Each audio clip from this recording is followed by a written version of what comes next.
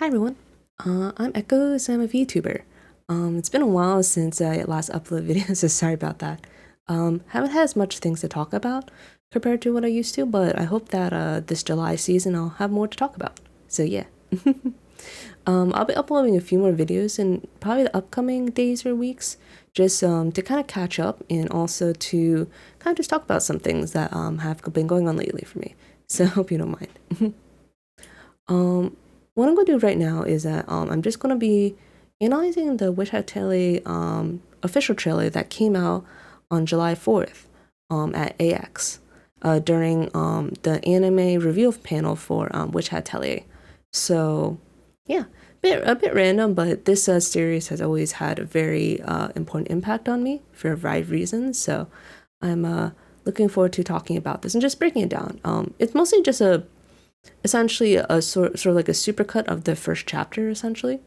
But what's interesting is like a lot of observations you can make while looking at the trailer itself. So I'm going to show here real quick.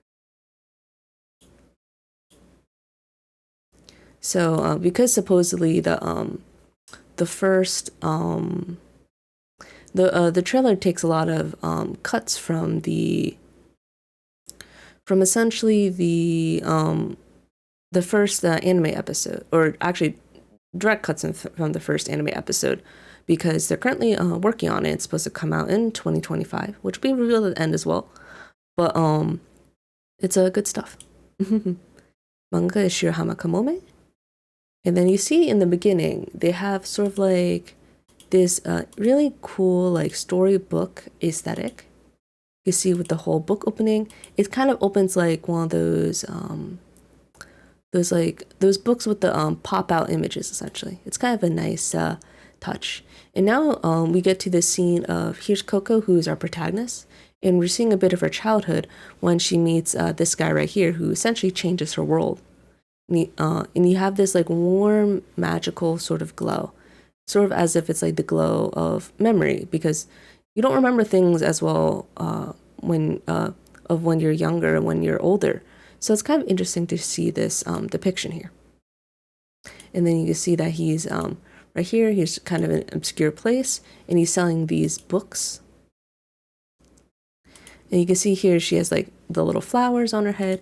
She's asking like, what is that and stuff. And he's showcasing his wares, and he's also teaching her a magic spell, which allows that when you walk on the rocks, they glow.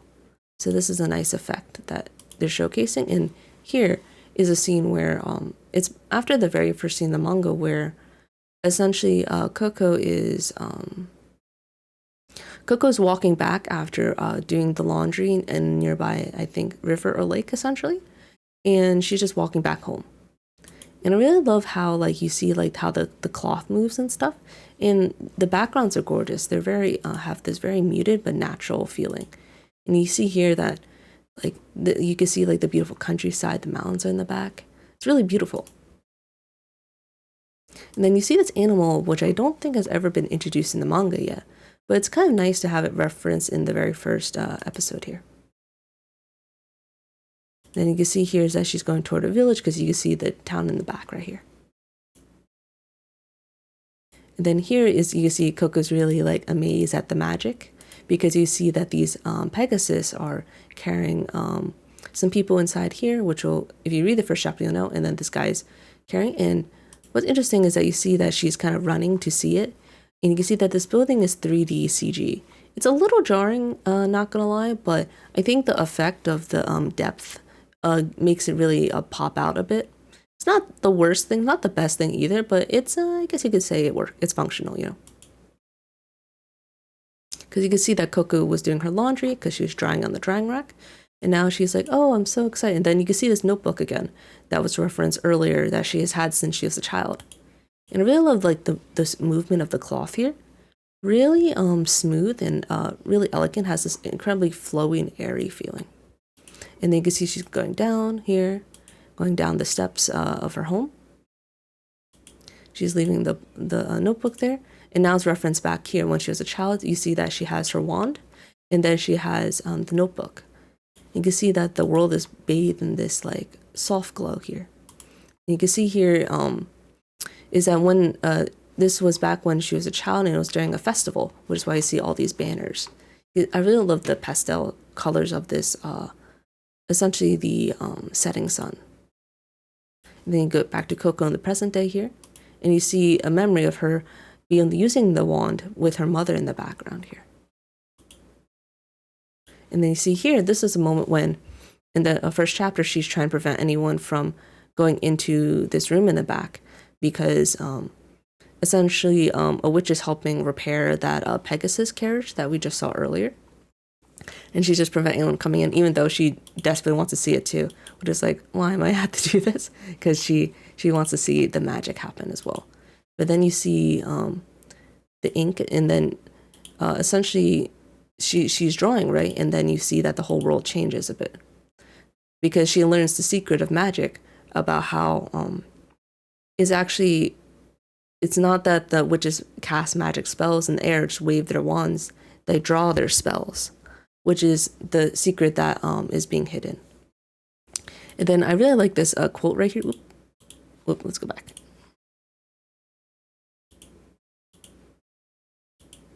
Is that this is a story of despair and hope that befalls children who dream of becoming witches. Yeah, this is such a good quote because it does encapsulate the series rather well. Because in a way, I think every child wants to be involved with magic at some point in their lives, especially this world where they have actual witches. But in a way, there's both hope and sadness. So in a way, Coco goes on a very long journey. And then you see that the spell activates once the circle is completed. And then this guy, who's Kifri, is essentially the one who saves her from essentially this very spell that she created. What I love is like you see the rustling of the cloak and stuff here as he like leaps out of the window of Coco's home here. And then you can see he jumps off the roof here, and then he activates the rune on his boots. This is one that's introduced in later chapters. It essentially allows you to fly in the air. As long as you put your feet together, the rune is completed, or magic circle is completed, and then he's able to fly into the air. And that's why he's able to go straight up right here. And then you can see here he's just like saying like, what did you do? Like, how did you know? What spell did you use? And she's like, I don't know. I just learned about this today. Not her fault, because normal people aren't supposed to know about magic, but she figured out when she was accidentally peeked on him. So yeah. And then you can see this is the continuation of that spell, the flying one. And then we get a bit of the book with the ink, which is interesting. A reference probably to that book from earlier. You can see here is this iconic image at the very end of the first chapter, where he's like I'm going to teach you magic, essentially. And yeah, it's really beautiful because she's right before the rising sun compared to before in her child when she was the setting sun. So it's a nice contrast overall. And then we get the title. Really nice touch because you have the little triangle for their the typical witch hats, which don't have brims, which is a important distinction here. And then we have when it airs is 2025. Director is Ayumu Watanabe. He actually directed for a few quite critical things. He directed Komi-san. Komi-san Can't Communicate. He directed Children of the Sea. Also directed Space Brothers. So he has quite a reputable background. Character design is Karen Unabara. I think she character designed for one of the Pokemon shorts from Pokemon Evolutions. I believe it's the last one that's Kanto. That's reference to the Pokemon Let's Go, I believe. But yeah, she seems rather good. Music's by Yuka Kitamura, who did the music for Sekiro and Elden Ring. So very good talent right here. And the production studio is Bug Films, which did Zom 100. But it looks like they're trying to be ambitious with this studio and they have good staff.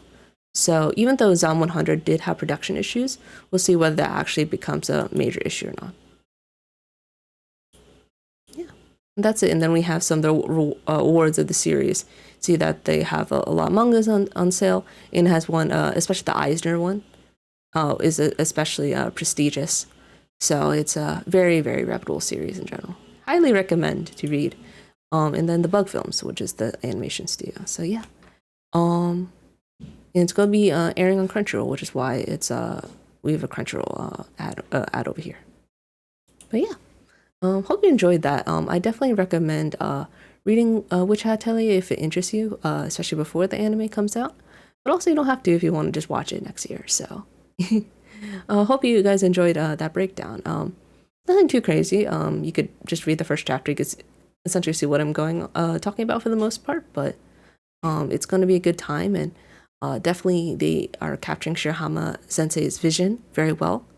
And based on what I've read online, it looks like Shirahama Sensei is getting very involved with the production, which is always a good sign, because she could help essentially fill in the gaps that the animation studio is not able to do on their own, and that the animation studio and its staff are very, let's say, enthusiastic about this production. So, I